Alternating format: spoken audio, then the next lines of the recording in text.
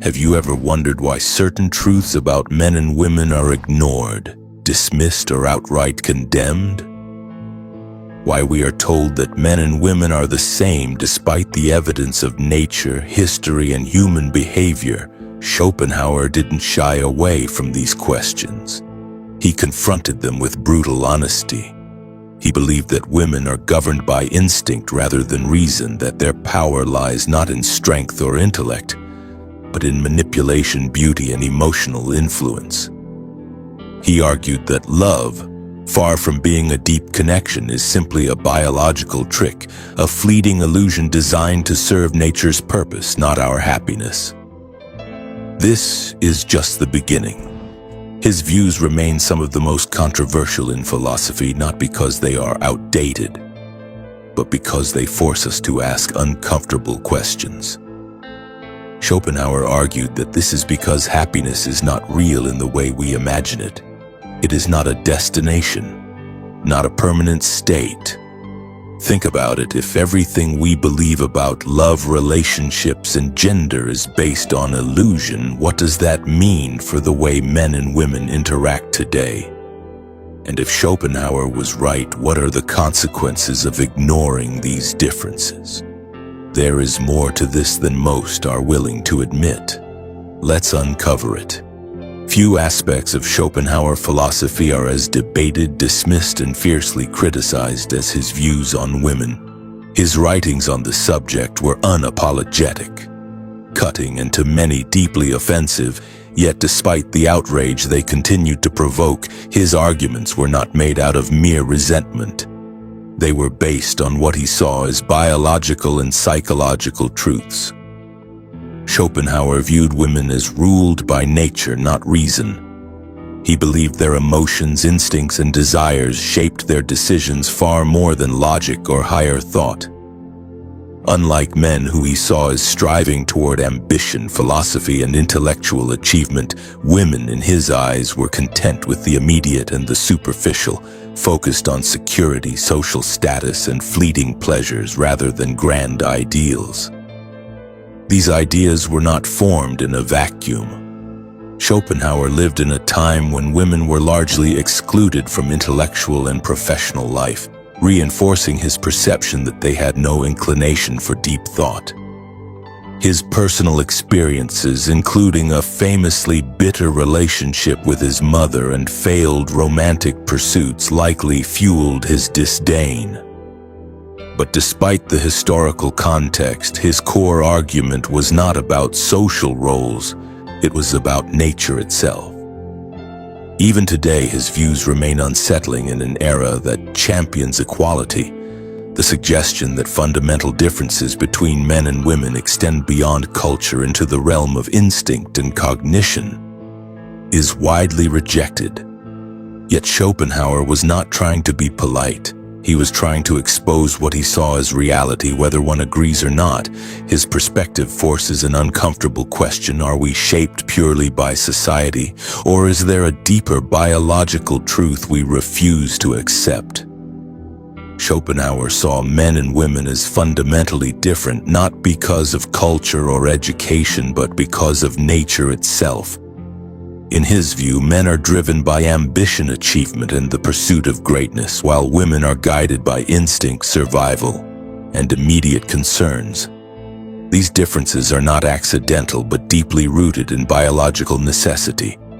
Men, he argued, are built for creation, competition, and legacy. Their drive to invent, build, and conquer comes from a desire to leave a lasting mark on the world, whether through intellectual pursuits, warfare, or artistic achievement. Men seek to transcend the present, striving towards something greater than themselves. This relentless ambition, however, comes at a cost: restlessness, dissatisfaction, and an inability to find peace in simple pleasures. Women, in contrast, prioritize security over conquest, stability over ambition. Their focus, according to Schopenhauer, is not on reshaping the world, but on navigating it for survival. He believed that women, being more tied to nature, are pragmatic in their desires, seeking protection, comfort, and certainty rather than risk, struggle, or ideological pursuits. Because of this, he argued, women are often more content than men, as they do not carry the same existential burdens. This fundamental divide in values shapes everything from relationships to societal structures. Men chase power and accomplishment, often at the expense of personal happiness. Women attune to survival, influence from the shadows, shaping events not through force but through emotional and social maneuvering. For Schopenhauer, this was not a question of equality but of different purposes. While men dream of changing the world, women ensure the world continues as it is. This distinction, whether one accepts it or not, defines the very fabric of human interaction. Schopenhauer believed that while men seek power through conquest, intellect, and dominance, women achieve influence in a far more subtle, indirect manner. He argued that women do not pursue power through force or direct control, but through persuasion, charm, and emotional leverage, weapons that are often more effective than brute strength. Unlike men who shape the world through innovation and ambition, women in Schopenhauer view shape the world by shaping men. They do not compete in open battle but exert control through suggestion, influence, and carefully crafted illusions. Their strength does not lie in authority but in their ability to sway the decisions of those who hold it. Beauty in particular is one of the most potent tools of influence. Schopenhauer saw it as a fleeting but powerful force, a tool that grants women advantages in social and romantic dynamics. But beauty alone is not enough. It is combined with emotional intuition, the ability to read others, anticipate reactions, and manipulate situations to achieve desired outcomes.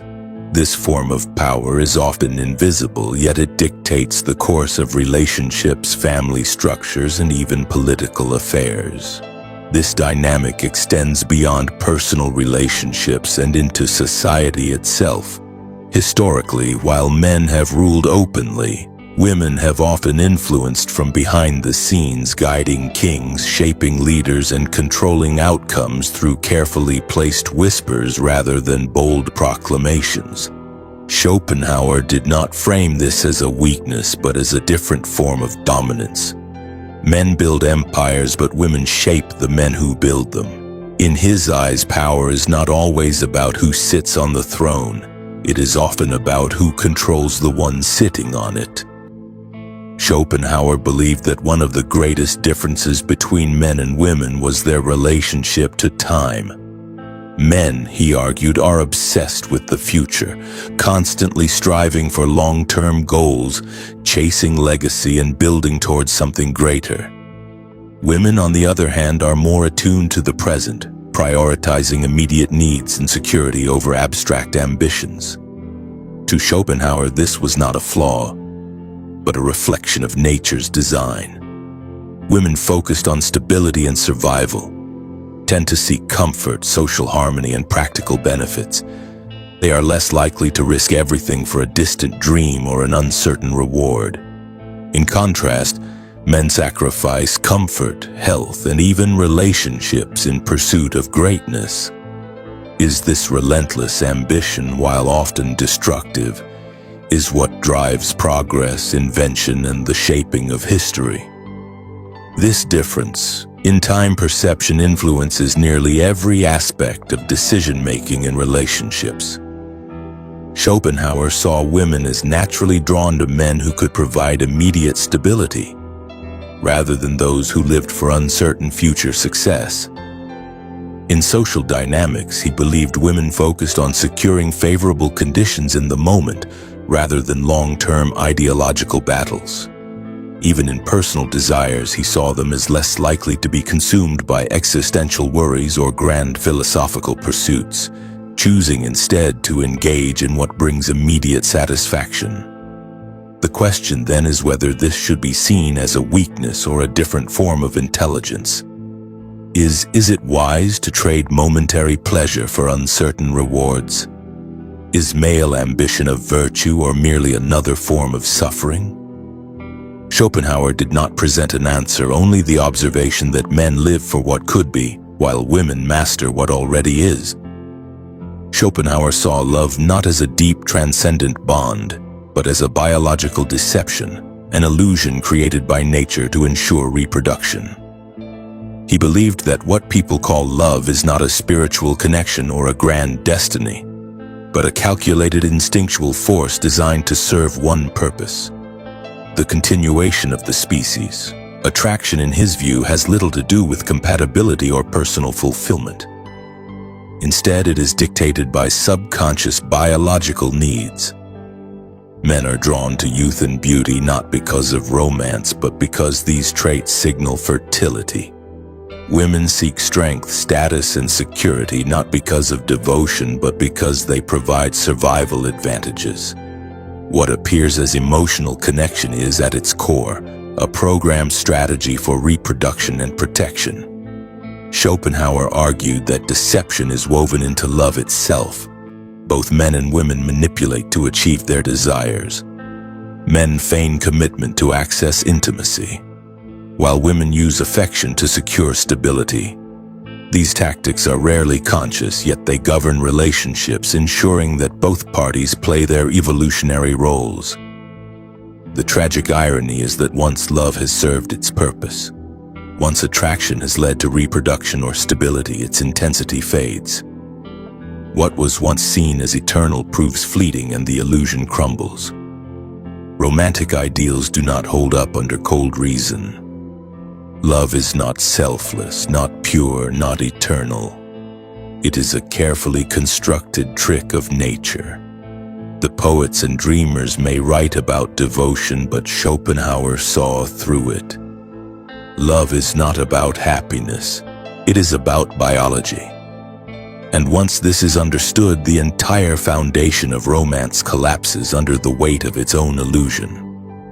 Schopenhauer saw women as essential to the structure of society, but believed their influence should remain contained rather than expanded. He argued that because women were driven by emotion, instinct, and immediate concerns, giving them greater influence in shaping laws, politics, or philosophy would weaken societal stability rather than strengthen it. To him, a well-functioning society required order and discipline, values he associated with male governance. He viewed women's priorities, security, comfort, and interpersonal relationships as necessary for family life, but ill-suited for leadership in broader social structures. In his eyes, their influence, when unchecked, led to a society that prioritized emotion over reason, personal benefit over long-term vision. But has history proven him right? The modern world has reshaped gender dynamics entirely. Women now play significant roles in politics, business, and intellectual thought, yet the same tensions Schopenhauer warned about still exist. The debate over whether modern society has benefited or suffered from these shifts remains unresolved. Are the increasing emotional and moral appeals in politics an evolution or a decline? Has the balance of power between the sexes created a more just world? Or has it introduced instability under the guise of progress?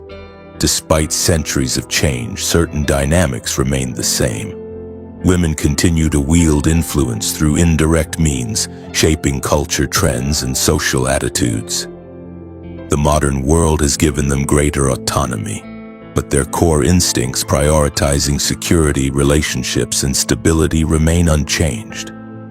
Schopenhauer views may seem outdated, but the questions he raised persist. Has society evolved in a way that aligns with human nature, or is it moving against it? And if so, what are the consequences of ignoring these fundamental differences? Schopenhauer's views on women remain some of the most controversial in philosophy, not because they are easily disproven, but because they force a confrontation with uncomfortable truths. Modern society insists that gender differences are largely the result of conditioning, Yet Schopenhauer argued that they are rooted in biology, not social constructs. And if that is true, then no amount of cultural reshaping can fully erase the fundamental distinctions between men and women. The debate over nature versus nurture continues to divide opinion. Are women naturally more focused on security and relationships? Or has society simply trained them to be this way? Are men truly wired for ambition and conquest? Or have they been conditioned to see life as a struggle for dominance, while social norms certainly play a role? Schopenhauer believed that instinct is stronger than ideology. Ignoring these differences does not eliminate them. It only creates confusion, resentment, and unrealistic expectations. When men and women are told they should think, act, and desire the same things, frustration follows. Relationships suffer, social structures become unstable, and individuals feel disconnected from their natural inclinations. The push for sameness, Schopenhauer would argue, does not lead to harmony. It leads to misunderstanding, and that is the final uncomfortable truth. Men and women may never fully understand each other. They are driven by different priorities, shaped by different instincts, and wired for different forms of power. This does not mean coexistence is impossible. It means that expecting total alignment is a mistake. Instead of forcing an artificial sameness, perhaps the only real path forward is acceptance of difference, no matter how unsettling that truth may be.